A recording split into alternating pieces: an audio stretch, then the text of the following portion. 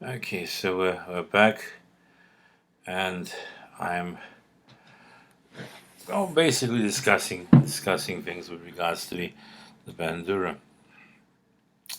So basically, the 20th century was a time of rapid transformations, changes in the political scene, cultural scene, and in the case of the bandura, major changes in the bandura and the way it's played.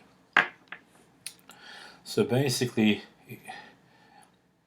starting from the beginning of the 20th century, there were innovations introduced in the instrument, making it, rather than a semi-diatonic instrument, to a more chromatic instrument with the addition of chromatic strings, mechanisms for rapid retuning of the instrument. The repertoire changed, the performers changed, the performers' tastes were changed to reflect the values of the political system of the time. Performance changed, repertoire changed, technique, instead of dragging fingers up and down, you have the plucking out, and as a result, the timbre and technical potential of the instrument changed considerably. In general, under the Soviets, there was initially a move to use the bandura as an instrument, a tool for their political purposes. And ideologically, basically, there was a movement towards progress, towards sophistication. So they started transcribing music for the bandura from piano pieces, looking at other instruments to develop new technical ways of performance. The problem is that in the process of doing this, in the process of gaining sophistication, most of the traditional aspects of the bandura were lost. They were frowned on. They were thought of as being primitive. They were thought of as being unsophisticated. And it got to such a point that by the end of the 20th century, there was only one particular person in Ukraine who had continued to play in the way that he had learned at the beginning of the 20th century. And the only reason why he hadn't been stopped playing was that he had moved from Ukraine to Moscow and lived in Moscow for a while. And when he became a pensioner, he moved back down to Ukraine. And in the process, he was able to not be persecuted because he wasn't living in Ukraine. They didn't touch him because he was living in Moscow. So here I am. I'm in Ukraine studying the modern bandura. I'm looking at the basis, the way technique has become sophisticated, and looking at new repertoire to impress the people that they have. You also got to take into account also that in the 30s, you had a significant amount of persecution against people who played the bandura, because on the initially the blind men who played the instrument were considered were suddenly branded as beggars who were earning money without doing any work, which was against the political views of that particular time. So begging was not allowed. Then you have a situation that the rise of Ukrainian national sentiment. And anybody who had Ukrainian national sentiment was thought of as being anti-Soviet, so they were persecuted. So you have the blind men persecuted for earning money without a license. You have repertoire, which is frowned upon. You have All instruments had to be licensed so that the performer could be allowed to perform somewhere. So there's a rapid change in society, and as a result, basically the traditional way of playing the bandura was lost. In Cleveland, you have Rory Catasti, and he formed a kind of a bridge between what was the old was and what the new was. But he wasn't the authentic performance. It was, how I just say, a couple of steps in towards that new transformed music. The old time bandura. So I wound up living not very, very far from Mr. Tkachenko, who played in the traditional bandura. And I started going to see him initially to record all his repertoire because I was interested in the dume. So I recorded all that. Then I understood that the technique of playing the bandura was so different. But I started to study the way of playing the instrument and the improvisational way, the building blocks for singing these dume. So basically, whereas most people tend to play these days with the left hand on the basses and the right hand here, using all four fingers, the old time bandura players would play with the left hand over the side of the instrument, and the right hand accompaniment.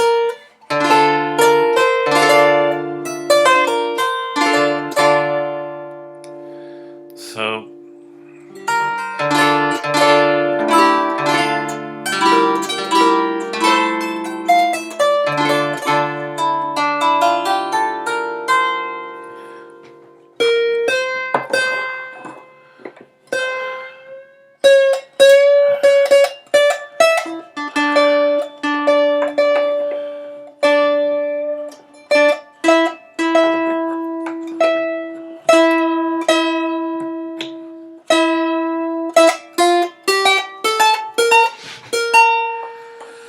and it's this style of playing which was totally destroyed in Ukraine and which persevered in various places in the Ukrainian diaspora in North America and in Australia and in Argentina, where Ukrainians found themselves, where the left hand would play the melody and the right hand would play the accompaniment.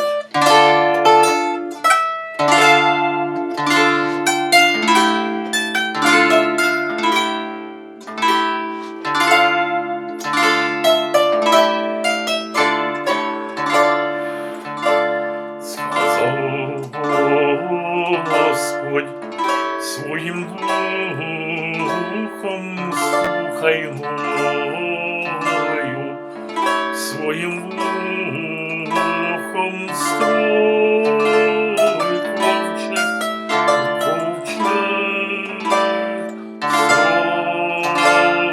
ковчег, строй ковчег.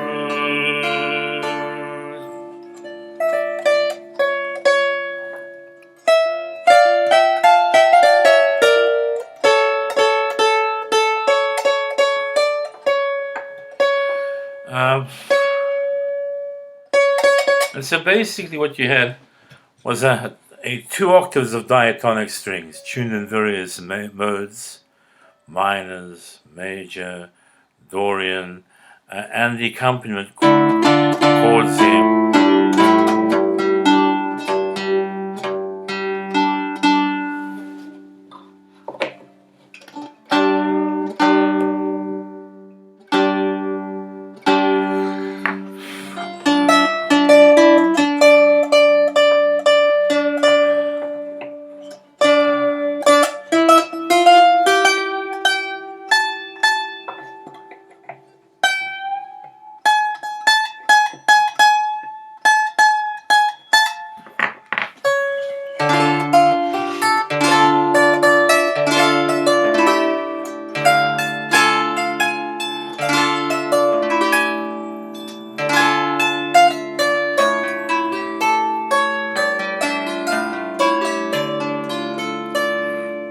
Моя новина у світі настала,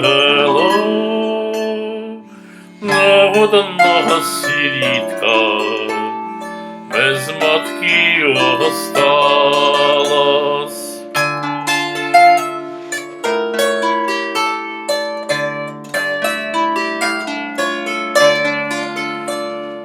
Ой, померла мати, зісталися дітки, тепер же ви, дітки, сироти навіки.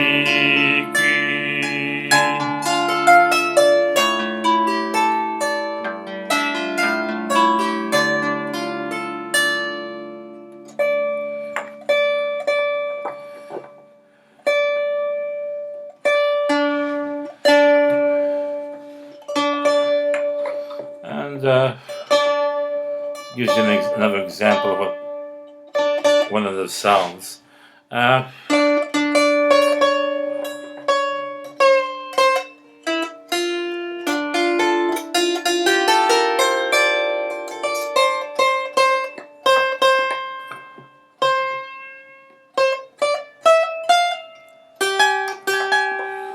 And the epic Dumi, I started studying them from Tkachenko, and he knew 10 of them. I recorded his whole repertoire, and basically the Duma has his instrumental interludes, preludes, and postludes.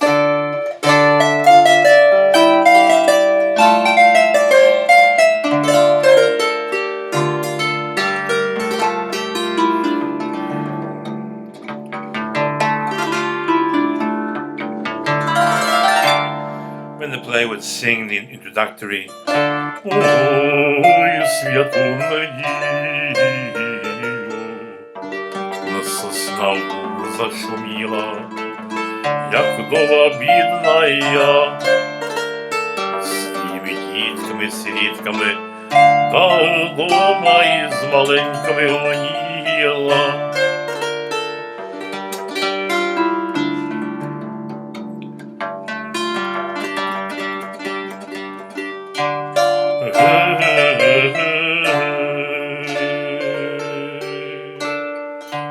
Ой, поможи ж мені, Господи, маленький діточок згодувати, щоб із слави та пам'яті на старості літ доживати.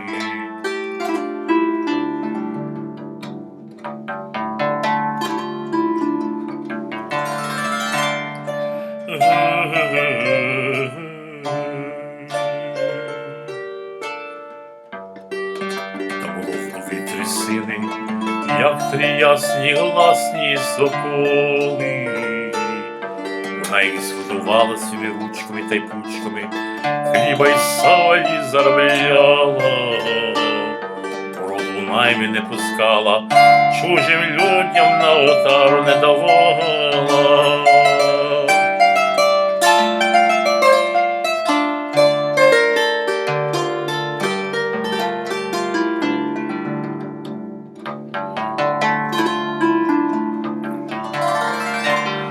An example of a Duma, that's the beginning. The Duma lasts about 20 minutes, 10 to 20 minutes.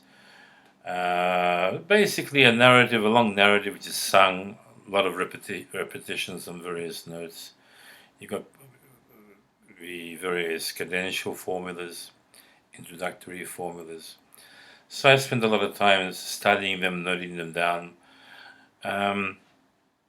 And basically did my postdoctorate on the history of the old-time bandura, using methods of triangulation of who studied from whom, what repertoire they learned, what the instrument was like in construction, and was able to actually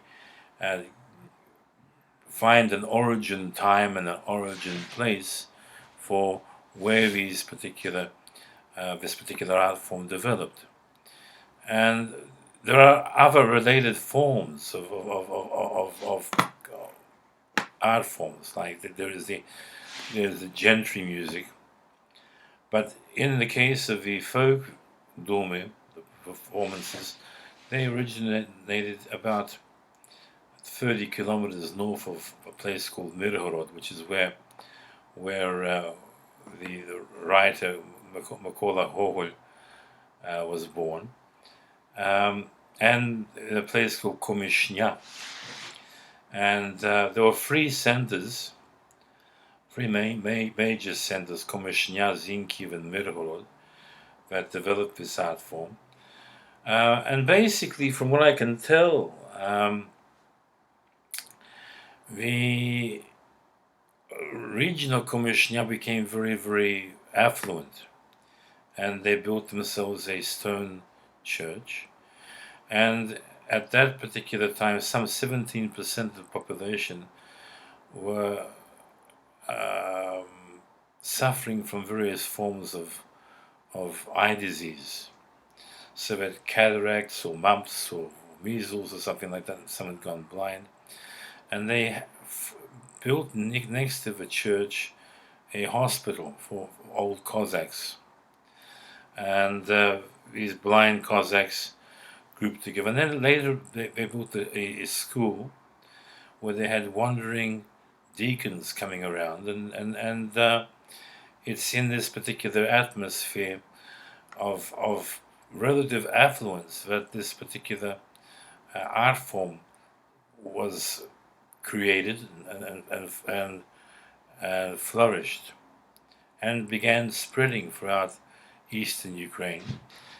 Unfortunately, it didn't actually get across the Dnieper River. Basically, the bandura playing stayed in three Ukrainian provinces, in basically places like Poltava province, the northern half, Kharkiv province, the the western half, and Chernihiv and a bit of Sumy. There was a different tradition which also existed parallel, which crossed the Dnieper River, and that was the Livnik tradition, playing the hurdy-gurdy. So these two traditions existed. So my interest is in doing what other people don't do, and that's basically looking for evidence of this particular art form, noting it down, studying the pieces, learning the particular pieces. It's not a commercial type of music. It's not the sort of music you'd hear at a wedding or in a concert. And as we know, but it has had a significant influence on the Ukrainian culture. The most famous poem, book of poems by Taras Shevchenko, is named after the wandering minstrel who used to play this instrument called the kobzar. And this left a significant impact on Ukrainian roots and Ukrainian perception. So basically, I'm very, very keen on developing this particular form of bandura playing, apart from the fact I play the contemporary instruments as well. But for me, it's very interesting. It's also a different type of perception of music. It's whereas the music which is being studied right now and learned right now on the bandura, on the contemporary instrument, is you perform at concerts, you get applauded. This sort of music was not applauded. It had a ritual type rite, a ritual place, just like church music is not applauded after you perform it in church. The Kobzari didn't get applauded when they were performing their dome. In fact, what they would get would be paid either some money or some food. So that's my particular short introduction to the bandura. Thank you.